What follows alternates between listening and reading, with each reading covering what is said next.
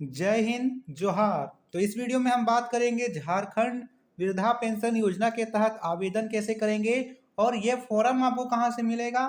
साथ ही साथ इस फॉर्म को भरना क्या है, पात्रता क्या होनी चाहिए, 1,000 रुपये प्रतिमाह इसके अंतर्गत आपको मिलेगी। आपको उम्र सीमा क्या होनी चाहिए और साथ में ये भी बात करेंगे कि ये पुरुष को मिलेगा या महिला को मिलेगा।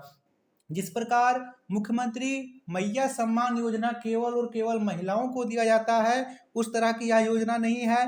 यह महिला और पुरुष दोनों को ही मिलेगी 1,000 रुपये प्रति माह। तो चलिए देखते हैं उम्र सीमा क्या होनी चाहिए। यदि आपके घर में कोई बूढ़े बुजुर्ग हैं या फिर आप इस योजना का लाभ लेने चाहते हो तो इसके अंतर्गत आपको उम्र सीमा क्या होनी चाहिए। तो यहाँ पे देखते हैं हम प्रपत्र को। तो यह मुख्यमंत्री राज्य वृद्धा अवस्था पेंशन योजना हेतु आवेदन प्रपत्र है। यह प्रपत्र आपको यहाँ पर किसी भी पंचायत भवन में जाइएगा और बोलिएगा कि राज्य यहाँ पे वृद्धा पेंशन फॉर्म दे दीजिए तो वह दे देगा। जरूरी बात यहाँ पर यह है कि इस फॉर्म को भरने के लिए आपकी उम्र 50 वर्ष होनी चाहिए। बात करेंगे महिला की तो महिला की उम्र 50 वर्ष होनी चाहिए, किसी भी कैटेगरी की हो। ठीक है, आपका कैटेगरी कोई भी हो, यानी आपका किसी भी वर्ग के हो, आप अनरिजर्व्ड हो, एसटी हो, एससी हो, कोई भी वर्ग की हो, आप इस फॉर्म को भर सकते हो। उम्र केवल और केवल 50 वर्ष चाहिए। दूसरा यहाँ पर ये है कि कई सारे माता बहन यहाँ पर फॉर्म भर लेती है माताएं, लेकिन इस फॉर्म के तहत उन्हें पैसा नहीं मिलता है। तो इस फॉर्म को जमा कहाँ करना है और फॉर्म को अच्छे से भरना है, तभी आपका यहाँ पर पैसा मिलेगा। यह फॉर्म आपको निःशुल्क मिलेगा, किसी भी तरह का आपको यहाँ पर पैसा नहीं देना है इस फॉर्म के लिए। सबसे पहले इस फॉर्म को भर लेते हैं, उसके बाद मैं आपको बताऊंगा कि कौन कौन सा डॉक्यूमेंट साथ साथ में अटैच कीजिएगा और जमा कहाँ कीजिएगा तो आपका पेंशन पास हो जाएगा और आपको पैसा आ जाएगा। सबसे पहले आवेदन प्रपत्र यहाँ पे देख सकते हैं। सबसे पहले आवेदक या आवेदिका का नाम, अपना नाम भरना है। पुरुष है तो अपना नाम लिखेंगे, महिला है तो अपना नाम लिखेंगे। मान लीजिए कि किन्हीं का नाम है सीता, ठीक है, सीता देवी मैं लिख रहा हूँ एग्जाम्पल के तौर पे। आपको यही नहीं भरना है, आपको अपना नाम भर लेना है। नीचे है पिता या फिर पति का नाम। मान लीजिए मैं इनके पति का नाम लिख रहा हूँ एग्जाम्पल के तौर पर, राम कुमार, इनके पति का नाम लिख रहा हूँ। मकान संख्या, मकान संख्या आपको कहाँ से मिलेगा तो मकान संख्या आपको मिल जाएगा आपके वोटर आईडी कार्ड में, जो बीएलओ लिस्ट आता है उसमें आपको मिल जाएगा। मकान संख्या भर दीजिएगा। मान लीजिए मैं एग्जाम्पल के तौर पर भर देता हूँ 249 मकान संख्या है। ग्राम या फिर मोहल्ला, आपका ग्राम जो भी होगा उसे लिखना है। यहाँ मैं तेतरिया ग्राम भर दे रहा हूँ एग्जाम्पल के तौर पर। पंचायत कुरमांडी और प्रखंड, प्रखंड में यहाँ पर भर देता हूँ चास और जिला भर देता हूँ मैं यहाँ पर बोकारो।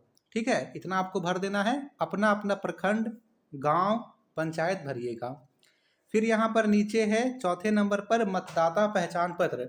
आपके मतदाता पहचान पत्र यहाँ पर भर देना है और एक कॉपी रख लेना है वोटर आईडी कार्ड का।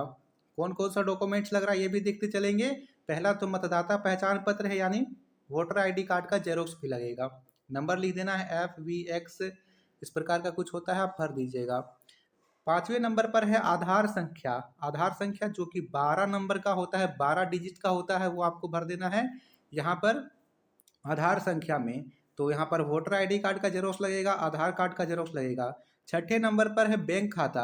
अब जो पैसा आएगा वो तो बैंक में आएगा ना, तो बैंक खाता संख्या यहाँ पर लगेगा। जिस भी बैंक में आपका खाता होगा उसका संख्या भर देना है। सातवें नंबर पर बैंक का नाम लिख देना है, कौन सा बैंक है। और आठवें नंबर पर यहाँ पर भर देना है IFSC कोड।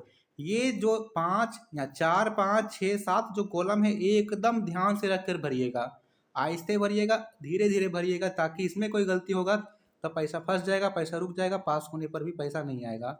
और इस तरह का डॉक्यूमेंट 4 को लगा दीजिएगा, वोटर आईडी कार्ड का, आधार कार्ड का, बैंक का, और यहाँ पे देखिए 3 को लगेगा, वोटर आईडी कार्ड, आधार कार्ड और बैंक खाता, 3 को का जेरोक्स लग जाएगा यहाँ पर।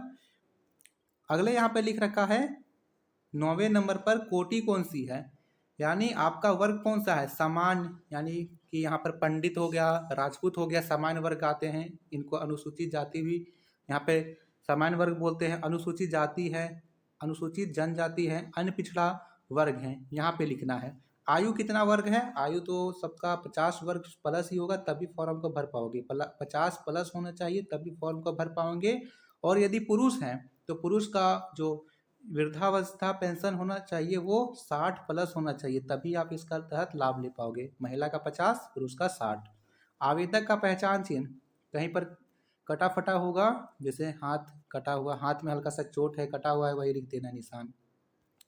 लाभुक का 12वें नंबर पर है लाभुक का मोबाइल नंबर, 10 अंकों का मोबाइल नंबर भर देना है। अब कौन कौन सा प्रमाण पत्र यहाँ पर लग रहा है देखिए।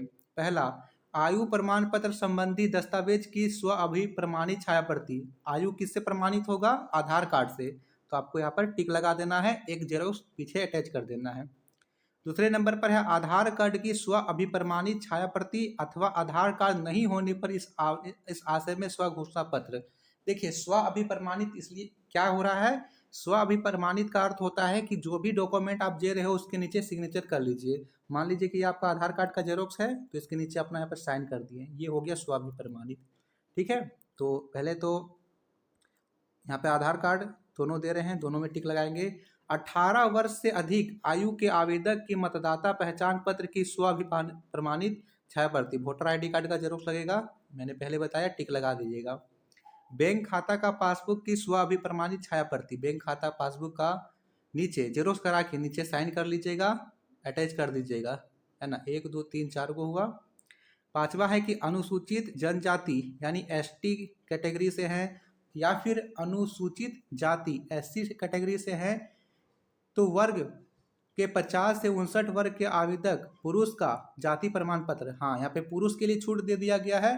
पुरुष में यदि आप ST और SC से हैं तो आप 50 वर्ष से अधिक है तो फॉर्म भर सकते हैं।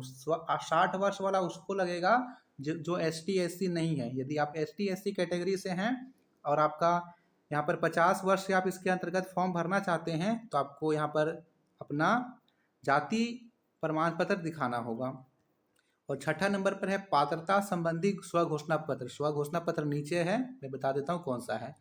लिख रखा है, मैं निष्ठापूर्वक घोषणा करता हूँ या फिर करती हूँ कि उपरोक्त सभी तथ्य सत्य है। मैं इस प्रखंड या फिर अंचल का ही स्थायी निवासी हूँ। मुझे केंद्र प्रायोजित एवं राज्य योजनागत किसी भी पेंशन का लाभ नहीं मिल रहा है। यहाँ पे ध्यान देना है कि यदि आपको पहले से कोई पेंशन मिलता है, जैसे कि राष्ट्रीय वाला हो गया, तो नहीं मिलेगा।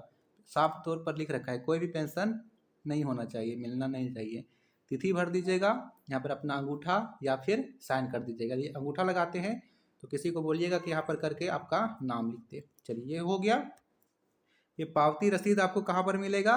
तो यहाँ पर पावती रसीद आपको मिलेगा जहाँ पर यह जमा करोगे। जमा कहाँ करना है मैं आपको बता दे रहा हूँ अभी। स्व घोषणा पत्र, ये देखिए यहाँ पर इसी के नीचे है स्व घोषणा पत्र। स्व घोषणा पत्र भी आपको भरना है। पेंशन आवेदन पत्र के साथ विभागीय संकल्प के आलोक में जमा किए जाने वाला घोषणा पत्र में आवेदक या आवेदिका का नाम, यहाँ अपना नाम लिखना है, पिता या फिर पति का नाम, जैसे राम कुमार। तो यहाँ पर जैसे ऊपर भरे थे उसी प्रकार भर देना है, नाम, पता, थाना, सब पूरे ऊपर जिस तरह भरे उसी तरह भर देना है। यहाँ पर देखिए ध्यान देना है कि मोबाइल नंबर भी ध्यान से भरना है। यहाँ पे लिख रखा है कि मैं या फिर मेरी पत्नी किसी भी तरह का पेंशन उन्शन नहीं मिलता है, कोई नौकरी वोकरी नहीं करते हैं, वो पहला लिख रखा है। दूसरा है कि मैं आयकर नहीं देता हूँ। तीसरा है कि मैं महिला बाल विकास सामाजिक सुरक्षा विभाग झारखंड रांची द्वारा संचालित किसी भी अन्य पेंशन योजना का पहले से लाभ प्राप्त नहीं कर रहा हूँ। यहाँ पे लिख रखा है कि उपरोक्त कथन एवं सूचना मेरी जानकारी में सत्य एवं सही एवं सत्य है। किसी भी तरह की असत्यता पाए जाने पर मैं स्वयं जिम्मेवार होऊंगा या फिर होऊंगी और मेरे विरुद्ध कानूनी कार्रवाई भी की जा सकती है, और जो भी राशि मुझे मिली है मैं पूर्ण ब्याज के साथ अदा करूंगी। सिग्नेचर या फिर यहाँ पर अंगूठा का निशान दे देना है। फिर से यहाँ पर है सत्यापन प्रतिवेदन। यहाँ पर ये जो सत्यापन प्रतिवेदन है वो जो जांच करेंगे वो लिखेंगे, इसको आपको नहीं भरना है, ठीक है। यहाँ पर यदि जो आवेदक है वो दिव्यांग है या फिर विधवा है या फिर इसके लिए है तो उसके लिए आपको भरना है। यदि विधवा है तो उसके लिए आपको ये लो फिर फॉर्म भरना है। ये क्या आवेदक विधवा है लिखेंगे, यदि हैं तो लिख देंगे हाँ। क्या आवेदक दिव्यांग है, हाँ या नहीं, नहीं होंगे तो नहीं, हाँ होंगे तो हाँ लिख देंगे। दिव्यांग है तो किस प्रकार का है वो लिखना है। दिव्यांग रहने पर कितना प्रतिशत है वो लिखना है। और विधवा हैं यदि तो मृत्यु, जो पति है उनका मृत्यु प्रमाण पत्र का स्वाभिप्रमाणित छायाप्रति यहाँ पे लगा देना है, टिक कर देना है। यदि दिव्यांग है तो वो भी आपको उसका जो प्रमाण पत्र है वो लगा करके आपको यहाँ टिक कर देना है। यदि देखिए लाभार्थी हेतु पात्रता क्या होनी चाहिए, सभी का मैंने अभी बताया है कि यदि एसटी और एससी हैं, पुरुष वर्ग के लिए एसटी एससी हैं तो 50 वर्ष से शुरू हो सकेगा, और महिला के लिए 50 वर्ष, महिला कोई भी कैटेगरी के हैं तो 50 वर्ष यदि आपका पूरा हो गया है तो आप इस फॉर्म भर सकते हो। एसटी एससी को छोड़कर जो अदर यहाँ पे पुरुष हैं उनका उम्र सीमा 60 वर्ष से शुरू होना चाहिए, वोटर आईडी कार्ड होना चाहिए, आधार कार्ड होना चाहिए, कोई भी नौकरी पेशा में नहीं होना चाहिए। देखिए प्रक्रिया क्या रहेगी, तो इसके लिए आपको ये फॉर्म भर करके ब्लॉक में जमा करना होगा, ठीक है। अपना जो ब्लॉक है वहाँ पे जमा कीजिएगा, और वहाँ पर जो जमा कीजिएगा उसके बाद रसीद, पावती रसीद जरूर ले लीजिएगा, ठीक है। जेरोक्स लगा दीजिएगा सभी का, स्व घोषणा पत्र यहाँ पर, और यहाँ पर अच्छे से इसको करके भर दीजिएगा। उसके बाद फिर आपका यहाँ पर पेंशन ऊपर जांच होगा और आपका पेंशन पास हो जाएगा। तो इस प्रकार से बड़ी आसानी तरीके से आप भर सकते हो और पेंशन का लाभ उठा सकते हो, जो कि आपके बहुत सारे काम के लिए यहाँ पर ज़रूरी होगा। धन्यवाद। वीडियो को लाइक और शेयर कर दीजिएगा। Thank you.